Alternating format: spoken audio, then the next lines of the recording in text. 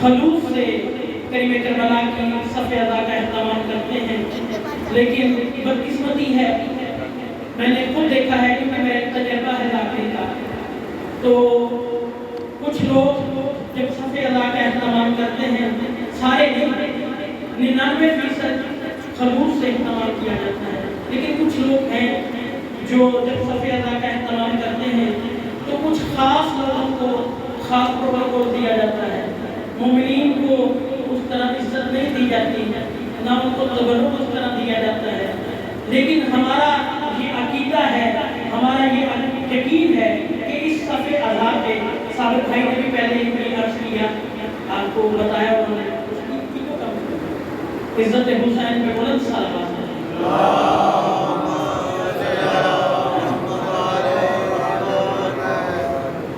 تبرک کا اہتمام کیا جاتا ہے۔